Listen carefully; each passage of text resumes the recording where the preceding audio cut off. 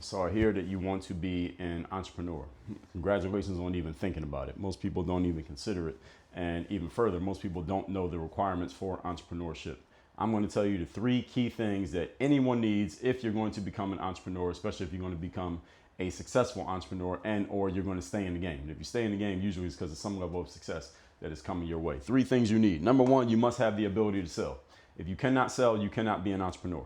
Everyone who's an entrepreneur is a salesperson. Doesn't mean every salesperson is an entrepreneur, but every entrepreneur is a salesperson because you have to sell, first of all, yourself when even starting a business. Then you have to sell your customers and clients on giving you money. You have to sell your team, if you have one, on joining and staying on your team. Then you have to sell everybody else in the world on paying attention to what you're doing. You are always selling when you're an entrepreneur. And on top of that fact, you got to keep selling yourself to show up every day and being the person that you need to be so you can lead your team, lead your customers, lead your clients, and lead the market at what you do. So if you cannot sell, you are unqualified to be an entrepreneur. So there's that word qualification for you. Number 2, you got to have some balls, big balls. You must have large testicles if you're going to be an entrepreneur. That does not mean that you are limited to being a male. I mean this metaphorically. When you're an entrepreneur, you are taking a risk. The definition of entrepreneurship is to run or start a business enterprise while taking on greater than normal risk. That's the definition of the term. You're going to be an entrepreneur. You are taking risks and you are betting on yourself. Understand this term, betting on yourself, often gets bastardized. People only talk about it when they talk about someone who bet on themselves and they won.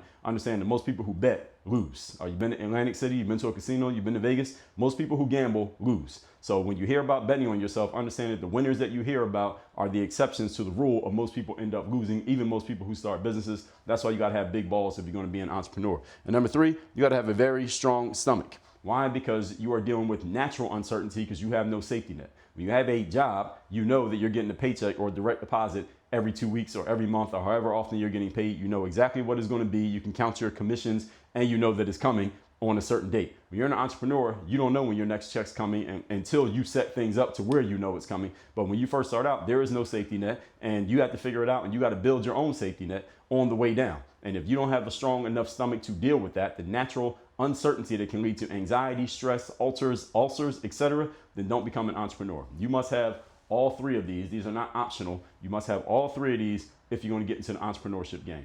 Want to learn more about how to do that and want my direct help in doing so? Go to workonyourgameuniversity.com.